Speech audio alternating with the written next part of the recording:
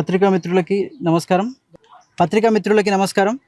ఈరోజు పోతులవై survey number 254/2 గురించి గత సంవత్సరం నుంచి విపరీతమైన సంఘర్షణ తర్వాత మనకి హైకోర్టు ఆర్డర్లు ఉన్నాక కూడా 9వ తారీఖు 4వ నెల 2026 మొన్న 9వ తారీఖు రోజు 9th రోజు ఈ 254/2లో ఉన్నటువంటి ఇల్లుని దౌర్జన్యంగా ఎలాంటి నోటీసులు ఇవ్వకుండా ఒక్కరే, మా అమ్మ నాన్న ఇక్కడే గారపల్లిలో ఉంటారు, ఒక్కరే ఉంటారు, మేము హైదరాబాద్లో ఉంటాం, ఎవరు లేరని చెప్పేసి మాట్లాడడానికి ఎవరు ముందుకు రావద్దని చెప్పేసి ఒక ప్లాన్ ప్రకారం వేరే ప్రైవేట్ వ్యక్తులకు ఈ భూమి అప్పగించాలని కాటారం రెవెన్యూ అధికారులు, ఆ తర్వాత పోలీస్ అధికారులు దౌర్జన్యంగా అడిగినందుకు మా నాన్నని మా అమ్మని గల్లా పట్టుకొని లాక్కొని తీసుకెళ్ళి జీప్లో కూర్చుండబెట్టి మాట్లాడడానికే అవకాశం కల్పించకుండా జీప్ డోర్లు క్లోజ్ చేసి ఆ తర్వాత తిడుతూ అనరాని మాటలు అంటూ జనాల మధ్యలో చాలా అవమానకరంగా ఎలాంటి నోటీసులు ఇవ్వకుండా ఎలాంటి సాక్ష్యం చూపకుండా 254/E అనే పట్టా ఇదే అని చెప్పేసి అసలు సబ్ డివిజనే లేదు అని చెప్పేసి ఇక్కడ సబ్ కలెక్టర్ ఆఫీస్ నుంచి ఉంది. 254/Eకి అసలు సబ్ డివిజనే లేదు అని ఉంది. కానీ ఆ భూమిని వాళ్ళకి ప్రైవేట్ వ్యక్తులకు అప్పగించడానికి రెవెన్యూ అధికారులు, ఆ తర్వాత పోలీస్ అధికారులు కుమ్మక్కై దౌర్జన్యంగా ఒక రౌడీలాగా ప్రవర్తించారని చెప్పొచ్చు. అయితే ఇటు విషయంలో అసలు యాక్చువల్గా ఈ భూమి 2006లో అధికారికంగా మనకి భూమి లేని పేదవాళ్ళకి ఇచ్చే పట్టా పాస్ పుస్తకం ద్వారా మనం మంత్రిలో తీసుకోవడం జరిగింది. అప్పటి నుంచి 1996 నుంచే దీన్ని సాగు చేసుకోవడం జరుగుతుంది. 2006లో మనకు పట్టా ఇచ్చారు. 2006 నుంచి 2016 వాళ్ళకి మనం కాస్తు కబ్జా కాలంలో ఉన్నాం. 2016 నుంచి డిస్ప్యూట్ మొదలైంది. మాధవి అని ఎంఆర్ఓ ఉండేది మేడం. ఆ మేడం ఈ ల్యాండ్ ప్రభుత్వంది, మీది కాదని చెప్పేసి బోర్డు పెడితే మనం హైకోర్టులో కేసు వేయడం జరిగింది, రిట్ పిటిషన్ వేయడం జరిగింది. ఆ రిట్ పిటిషన్ ఏదైతే దాఖలు చేసినామో ఆ రిట్ పిటిషన్ 72772017 7277/2017 ప్రకారం మనకు 2025 8వ నెల 6వ తారీఖు రోజు justice honourable high court justice K Sharath గారు ఈ భూమి మీద ఎలాంటి హయ్యర్ అఫీషియల్స్ కానీ అధికారులు ఎవరు ఈ భూమి మీద కలగజేసుకోవద్దు, ఈ భూమి పొట్టపోచకి సంబంధించిందని మనకి ఆర్డర్స్ ఇష్యూ చేయడం జరిగింది. ఆర్డర్స్ ఉన్నా కూడా హైకోర్టును ధిక్కరించి హైకోర్టును కాదని ఈ ఒక 6:30 గంటల ప్రాంతంలో వచ్చి మరి ఇల్లు కూలగొట్టడం జరిగింది. ఈ ఇల్లు కూలగొట్టిన అధికారులు ఎవరైతే ఉన్నారో వాళ్ళందరి మీద ఈ జిల్లా మేజిస్ట్రేట్ కలెక్టర్ గారు, ఆ తర్వాత ఎస్పీ గారు తక్షణమే యాక్షన్ తీసుకోవాలి. అలాగే ఆకుల శ్రీనివాస్ గారి మీద కానీ, ఆ తర్వాత ఎస్హెచ్ఓ కాటరం ఎస్హెచ్ఓ ఆకుల శ్రీనివాస్ కావచ్చు, ఆ తర్వాత ఎంఆర్ఓ కావచ్చు నాగరాజు గారు, వీళ్ళ మీద ఖచ్చితంగా కఠినమైన చర్యలు తీసుకోవాలి. వీళ్ళ మీద SC/ST యాక్ట్ కింద, ఎందుకంటే ఒక దళితుడి భూమిపైన దౌర్జన్యంగా వచ్చి ఎలాంటి ఆధారాలు లేకుండా, ఎలాంటి సాక్ష్యాలు చూపకుండా, మాట్లాడకుండా బెదిరిస్తూ అందరి ముందు అవమానపరిచారు. కాబట్టి వీళ్ళ మీద SC/ST అట్రాసిటీ కేసు పెడుతూ అలాగే వీళ్ళను సస్పెండ్ చేయాలి. టోటల్గా ఇలాంటి వ్యక్తులను డిస్మిస్ చేయాలి. ఎందుకంటే న్యాయబద్ధంగా నడుచుకోవాల్సిన వ్యక్తులే న్యాయంగా నడుచుకోలేదు. ఎలాంటి ఆధారాలు చూపకుండా, ఎలాంటి ఆధారాలు లేకుండా ఒక అసలు దొంగ పట్ట ఉన్న వ్యక్తికి ఈ భూమి కట్టబెట్టాలని చూసిరంటే వాళ్ళు ఎంత లంచగొండలో అర్థం చేసుకోవచ్చు. అసలు ప్రొసీడింగ్స్ ఏం లేకుండా రైట్ ఎట్లా యాక్షన్ తీసుకుంటారు దాన్ని బట్టి అర్థమవుతుంది. వాళ్ళ అవినీతికి అక్కడ అవినీతి చేశారన్నది తేటతెల్లమవుతుంది. సో వాళ్ళ మీద ఖచ్చితంగా యాక్షన్ తీసుకోవాలి. ఇలాంటి ఆఫీసర్స్ని అసలు ఉంచొద్దు ఇక్కడ. తర్వాత మా ఇల్లు కూలగొట్టిరు, దానికి కంపెన్సేషన్ ఇవ్వాలి, లేదంటే వాళ్ళే ఇల్లు కూలగొట్టిరు కాబట్టి వాళ్ళే కట్టివ్వాలి.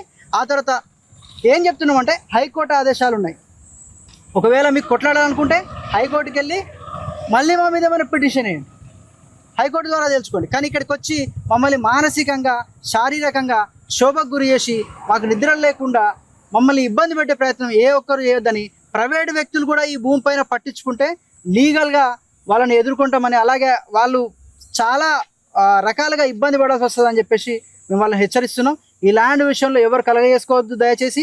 కాటారం మండల ప్రాంత ప్రజలందరికీ చెప్తున్నాం, మీకు ఏదైనా డౌట్స్ ఉంటే మా దగ్గర ఇలాంటి సెట్స్ ఒక 100 కాపీలు తీసి పెట్టిన, ఈ భూమి మాది కాదు అవును అనడానికి సాక్ష్యాలు, కాదు అంటే ఎట్లా, అవును అంటే ఎట్లా, వాళ్ళది ఎందుకు కాదు అంటున్నాం. మా దగ్గర ఏం ఆధారాలు ఉన్నాయి, మా దగ్గర సాక్ష్యాలు ఉన్నాయి, ఈ భూమి మాదని, పట్టాలు ఉన్నాయి, పట్టా పాస్ పుస్తకంలో ఎంట్రీస్ ఉన్నాయి, ఆ తర్వాత 1B పహానీలు ఉన్నాయి, రికార్డ్స్ చెక్ చేసుకోండి. మాది కాదన్నప్పుడు రికార్డ్స్ ప్రకారమే వెళ్ళండి.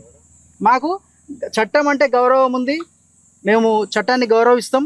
ఆ తర్వాత ఈ సిస్టమ్ మీద కూడా నమ్మకం ఉన్నది. మాకున్న హక్కుల్ని హరించడానికి ఎవరు చూసినా మేము ఉపేక్షించాం. ఖచ్చితంగా మా మా మా లీడర్లు ఉన్నారు, మా వెనకాల మా సంఘాల నాయకులు ఉన్నారు, మా బీఎస్పీ పార్టీ నాయకులు ఉన్నారు. వీళ్ళంతా మాకు అండగా ఉంటారు. ఖచ్చితంగా అన్యాయం జరిగినప్పుడు న్యాయమైన వ్యక్తులు ఖచ్చితంగా ఈ అన్యాయాన్ని ఎదిరించడానికి ఖచ్చితంగా వస్తారు. సో వీళ్ళ మీద యాక్షన్ తీసుకోకపోతే కనుక ఇక ముందు మేము ప్రజా పోరాటాల ద్వారా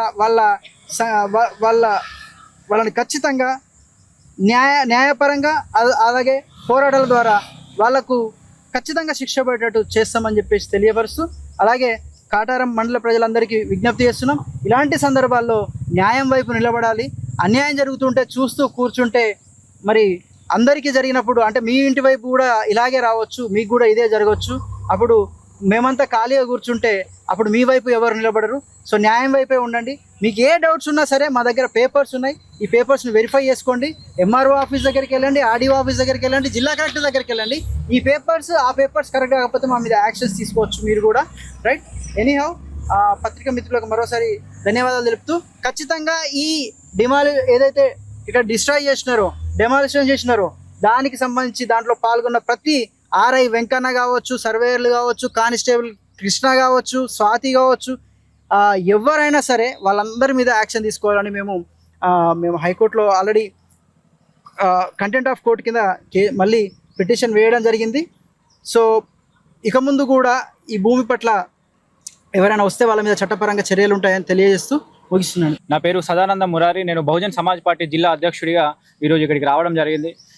డాక్టర్ పొట్టా సదానన్న మాకు చాలా దగ్గర ఆత్మీయుడు.